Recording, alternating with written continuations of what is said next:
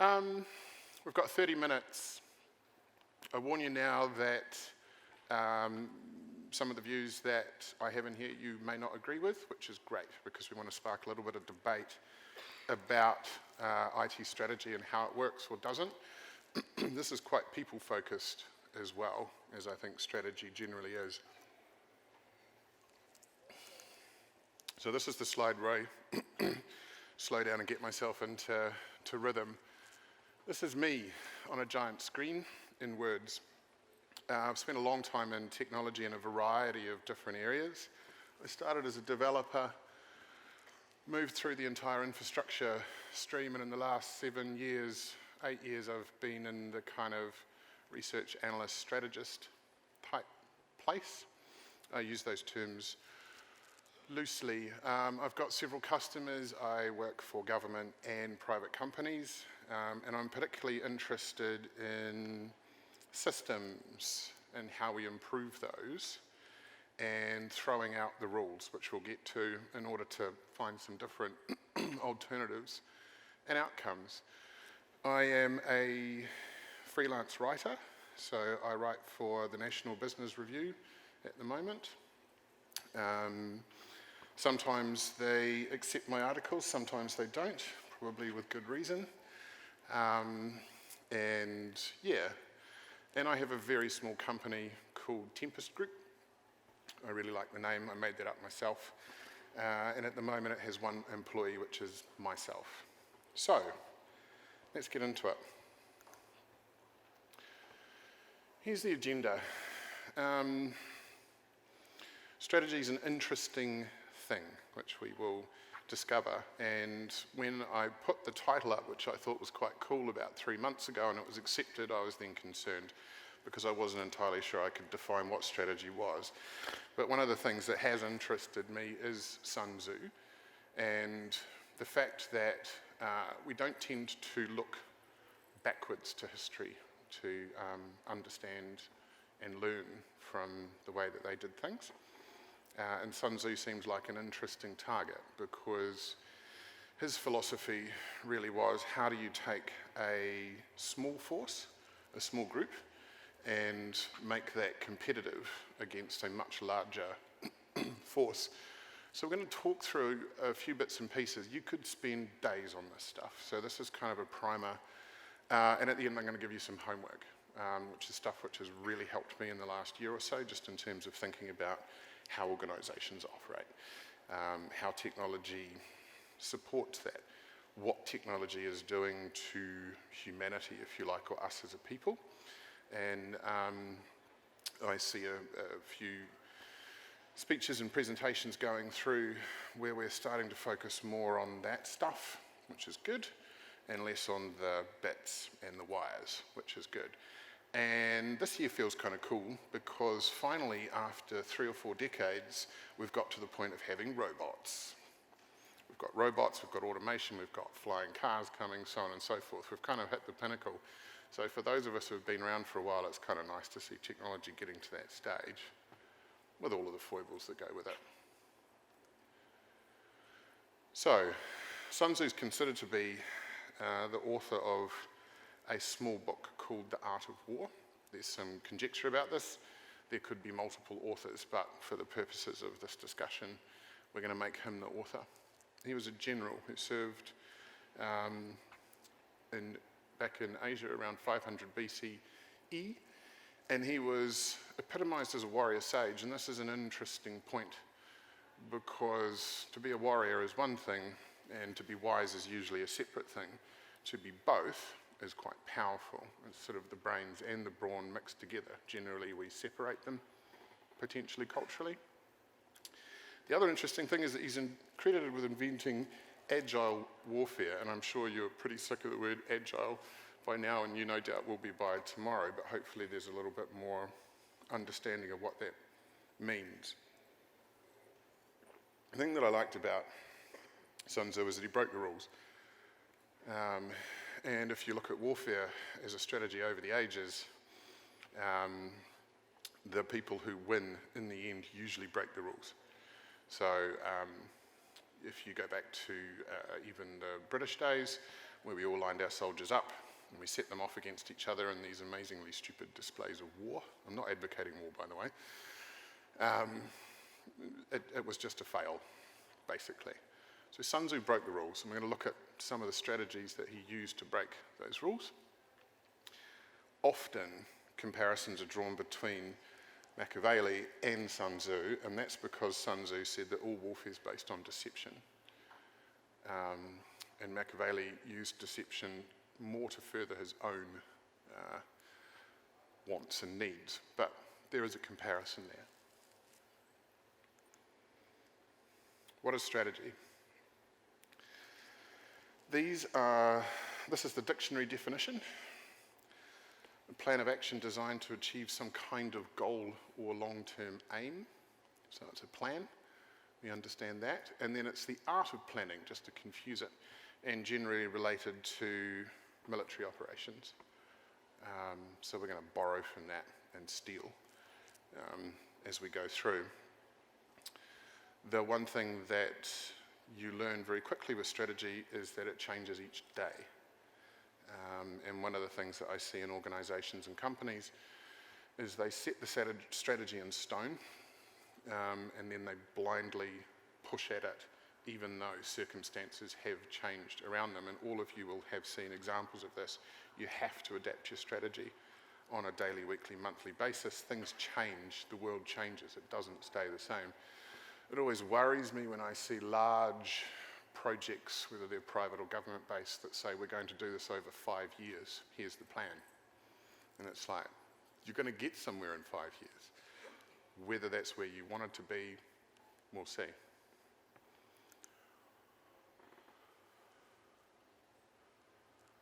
There's no point in trying to develop any kind of plan unless you know where you're going. And as technologists, of which most of us will be, we are incredibly helpful. We want our organisations to develop some kind of strategy and plan. A lot of organisations that I talk to, the first question I will ask is, do you have a plan? A lot of them have a vision, a lot of them have some strategies and bits and pieces that they want to do, but they don't have an overarching plan. So the first thing with IT strategy is, where's the business going? Where's the organisation going? What do they want to achieve? Because without that direction, then again, as technologists, we can't bring any of our experience or tools or plans to bear. We just can't. And so what we do is we're helpful. We go to the organisation and we say, well, here's the shop. Here's all of the things that we could do from a technology perspective, tools. And the business picks a couple and off they go and they experiment, but we don't get too much further. So there's something in there as technologists. We need to push back onto the business and say, look, you do need a plan. We can help you with building that. And I suspect that as technology progresses in the next decade, most of us in this room are going to move more from technology, the wires and the bits, to the application of technology, and then into the business space itself. And when you look at automation in certain IT roles, it certainly seems to be going that way. And we know that the two top roles that are available in the market at the moment are business analysts, organisations trying to figure out what they're doing and where they're going, and security. So it tells you security is quite high on the agenda as well. This is an example of a model. You often hear about strategy on a page. This is the business canvas, and it comes from the book on the right, which will be in your homework. And the interesting thing about the Business Model Generation Handbook is that it was written by 400 authors and then collated and put together by a small handful. So they took a whole bunch of people from all over the world, put them together and said, what is a business model? What does it look like? So when you are talking with your organizations about where they're going and business modeling, this is a nice, simple view of how that could look. And it is that dreaded term, plan on a page. And you can fit almost any organization, no matter how large on the planet, into that particular model. It's visual, It shows you a little bit of interaction of how it works. This is an example. This is Uber's plan on a page. And it's just simple and easy. Underlying that, of course, is the fact that you've got to actually make some of this stuff happen. But we can see what's costing us money, where we're getting money from. We can see our customers and our channels, how we're delivering that stuff. It's very service-based. And the IT world, in my opinion, is moving much more to a service broker model, and this should fit into your strategy. It's one thing to deliver a thing, the strategy, the end goal. It's another thing to then support it. Service broker is very much about IT. Let's go back a little bit. IT at the moment has a bit of an issue. Some organisations have overcome this, some haven't. And it kind of works like this. IT is seen as a roadblock. How many times have you heard that? You know, it's a constant thing. The organisation now has access to technology in a way that it never had before. So we're talking about shadow IT, the ability for business owners to simply use a browser and a credit card to buy a service that they want. So what you end up with is the organisation deviating away, buying services, and IT being left to manage technical debt. That's not a good position to be in. What Service Broker does is tries to bring the IT group back into the business discussion. So it says to the organisation, you can choose any service that you like within these boundaries. So one of the boundaries might be security. Don't choose an insecure service. Here's a white list of services that you can go away and consume. You pay for it, comes out of your budget, we'll look after it. So rather than fighting the organisation going away and exploiting technology, those IT groups are coming in and supporting it. But I digress. In order to develop strategy, we need to understand our battlefield or our playing field, whatever you want to call it. I've broken this into three things, and there will be dozens of other examples. On a global stage, we are seeing megatech corporations fighting for their lives. In the States, we see the regulators starting to try and climb into those companies. They are monopolies. They do have us in a relative way under control. We have unicorns. And again, I see there's been some discussion about unicorns. A unicorn is a company in IT that's valued over $1 billion on the stock market or thereabouts, but doesn't have any assets. Uber, you know, the list goes on and on and on. But it's an interesting business model. And I suspect that digital transformation effectively is an organisation that has no assets, that just utilises digital services. That's the ultimate end goal. So we have unicorns. They're worth looking at as business models in terms of strategy. We've got a whole bunch of other stuff in there as well, including down the bottom on the left, product whitewashing and malinformation. I just want to touch on those. When cloud arrived 6-8 years ago, what we saw was cloud washing. So we had products that were not cloud, that were badged as cloud. We now have a whole bunch of other products that we're seeing the same kind of marketing spiel applied to. And I laughed to myself the other day. I was reading something online about hardware as a service.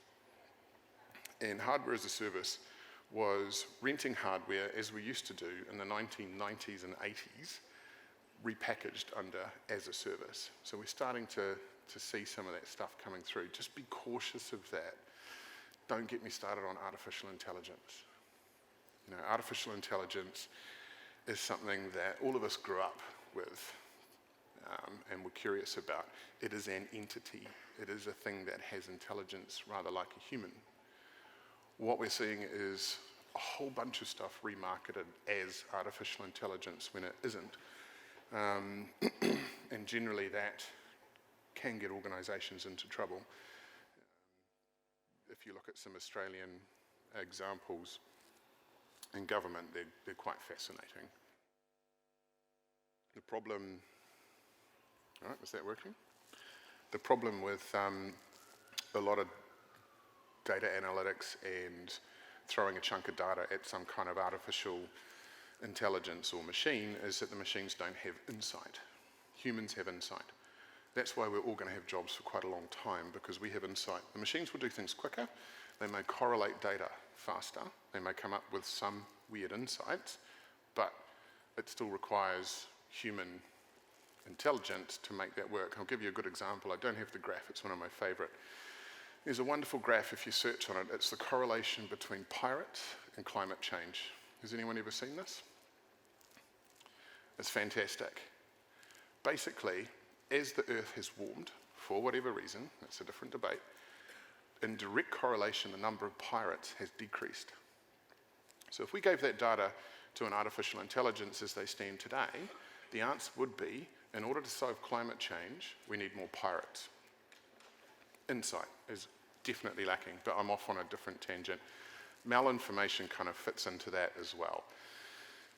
That's sort of fake news on steroids, and we're seeing that all over the place. It's the deliberate introduction of information that isn't correct into our social feeds, into our consciousness, into news and so on and so forth. At a local level, the battlefield's a little bit different.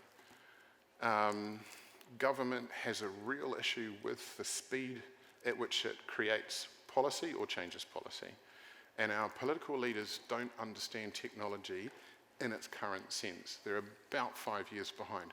When you start to think about it that way, it makes it a little bit easier to deal with government and leaders who potentially don't have that education. As New Zealanders, we have an issue around distance to market. I think that's more psychological. We do feel that we're sort of down here at the end of the world, which is a good thing and a bad thing. And then there's a bunch of other stuff in there that basically comes down to education and marketing. We need money to make stuff happen. That's hard to come by in a smaller market. I want to touch on some of the cultural pieces. We silo think, and that turns into a whole bunch of different things. But it still amazes me that as government agencies or private companies in New Zealand, we just don't go and talk to each other. We live next door to each other. Wellington is a tiny microcosm. You end up with wheel reinvention. So someone next to you in an agency or a company could have solved the problem, created the wheel. We have the same problem over in our organisation over here, but we're going to create the wheel from scratch. We're going to start again. Don't ask me why these cultural things happen, but it's part of that overall landscape. Rules can be a handbrake, and how many times have we seen optimism bias around business cases and plans?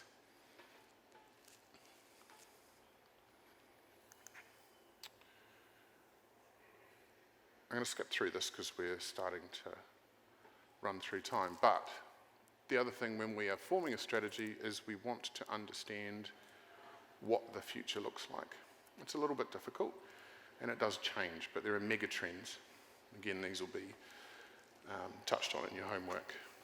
Digital citizenship is an interesting one. And one of the things that the New Zealand government is doing but not getting enough support in is narrative around events and event-driven stuff. So rather than us spending all of this time and money, hundreds of millions of dollars on making digital marketplaces or more storage or networking, tucked away in parts of government, people are going, what does that actually mean for a citizen? When I have my first child, what does that event look like? When someone passes away, what does it look like? When I want to get my passport, what does that look like? So you're coming all the way back to event-driven narrative. Narrative's incredibly important from a human aspect. That's how you're going to sell your strategy. You're going to sell it as a story.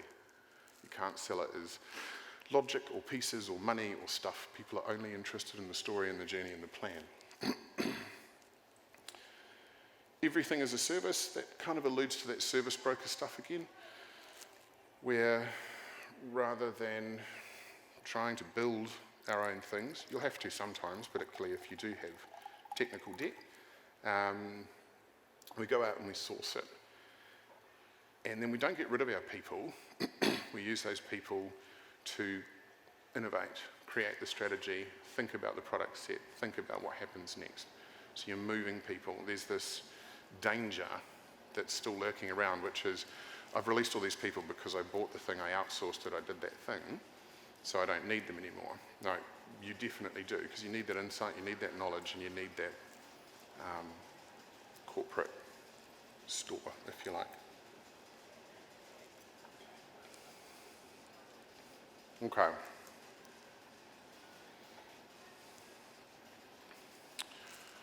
So let's talk about strategy from Sun Tzu's perspective. The next sort of 2 or 3 slides are my translation or others' translation of things that he wrote into practical strategies or stratagems, whichever way you want to look at it.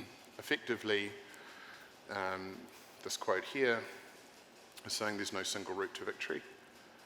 And again, that alludes to the fact that when it comes to strategy, it has to be malleable, it has to be adaptable, it has to change quickly. And the way that we do things now may not give us the optimal result, and doing things that are weird to us and breaking the rules may, and we just need to kind of get over that and try it. So the first 4 or 5 are important. We're going to focus on understanding yourself in another slide. You've got to understand your end goal, our playing field, the future. We need to learn from other defeats. You read the exit reports from failed programs of work in government since INSIS. We always raise the spectre and ghost of INSIS, all the way through to recent stuff in other agencies. All of the learnings are the same, but we don't learn. We just don't. For some reason, we think that we can do it in the same methodology, with the same rule sets, and expect a different result. And it doesn't happen, or if it does, it's amazingly rare. So we need to learn from other defeats. Treating your team the same as you would your family is a critical Sun Tzu strategy. He treated his army as if they were his kids. That's basically how he described it. And it's that binding together. Now we hear this coming through in the agile methodology in terms of tribes. We're trying to get back to that. How do we communicate with each other? How do we relate to each other? How do we create a strong team and tribe? You need to find allies as well, because you can't generally do everything yourself. Kiwis tend to have this thing when it comes to the private IT market and the startup space, and it says that Wellington competes with Auckland, competes with Christchurch, competes with Wellington.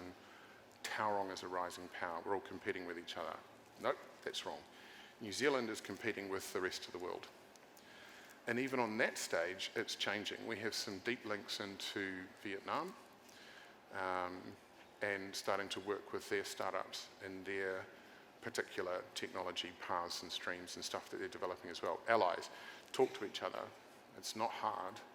Most people are quite happy to tell you their story and their strategy and where they're going. The last one is important. Speed is paramount. Unicorns, those companies that are in the $1 billion plus market, generally started as small companies, and they moved so quickly that their competitors, the IBMs, the Microsofts, the other monolithic IT organizations couldn't react fast enough to them, and still can't. And you see them struggling. Microsoft's kind of getting through. HP's in trouble. These are all my opinions. So speed is paramount. You have to move fast. You can't say, I'm going to do this thing in a year. Say, I'm going to do this thing in 3 months. And that thing might be small, big, whatever, but speed is paramount.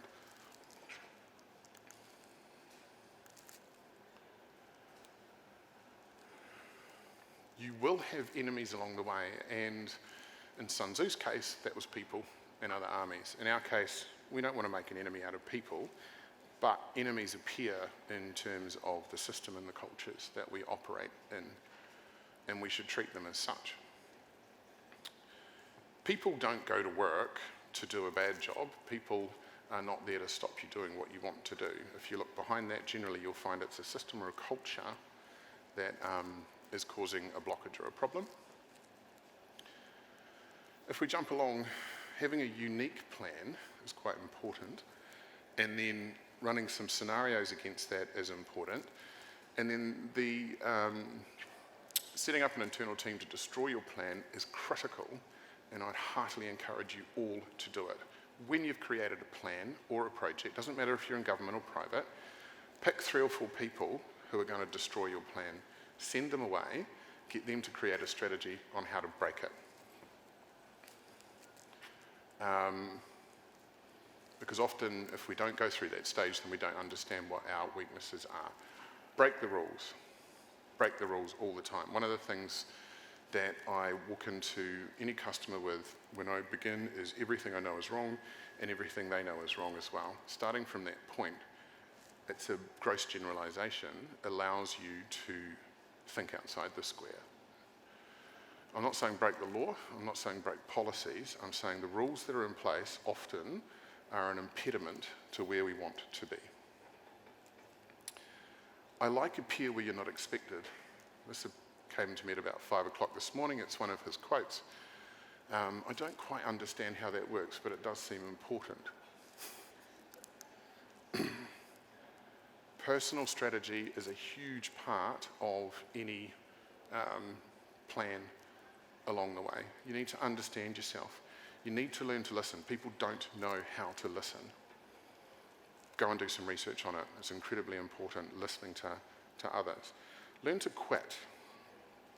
A lot of very good people are stuck banging their head on the wall, and I hear this all the time. I've tried it, I've tried it, I've tried it. They're frustrated, they're frustrated, they're frustrated. There's a reason that you don't leave your job until it becomes completely untenable, and most people don't. That's because psychologically in the back of your head, the old brain, you need to belong to a tribe of people. You need to belong to some kind of group or society. It's not about leaving the job, it's about leaving those people. When you separate the two, that often helps people move on. If you're not getting anywhere, move. It would be my one piece of advice in terms of strategy. Educate yourself. I'm going to skip to the homework page because there's some stuff in there about this. If you suffer from imposter syndrome, study it and get over it, because it will hold you back. So imposter syndrome is that 3 o'clock in the morning when your brain wakes you up and it says to you, when do you reckon they're going to find out you're a fake? That's imposter syndrome. It's your brain's way of trying to protect you. It's an old style of thinking, comes from the back of the brain again, and it's not true. Write. Writing, the process of writing, allows you to define ideas, allows you to see your thinking, even if you don't publish it. Publishing it is good. And I'm not advocating LinkedIn, I'm not selling LinkedIn, but LinkedIn is a safe place to do it because people will comment, they will interact, but their professional reputation's on the line, so they tend to do it in quite a polite, constructive way. It's a good place to publish stuff. Obviously, don't go mad. Find a professional supervisor or a mentor. This is someone that you can be accountable to in your own development. So as we're developing strategy, you're going to come under pressure, you're going to be triggered in certain places. Have someone that you can bounce that stuff off in a safe way. Weirdly, all of these personal strategies are also buried in the art of war in one way, shape, form or other. Finally, your homework, 2 minutes to go. These are things that have helped me and been recommended by others along the way. Understanding yourself. Leadership and Self-Deception, Getting Out of the Box is an incredibly confronting book.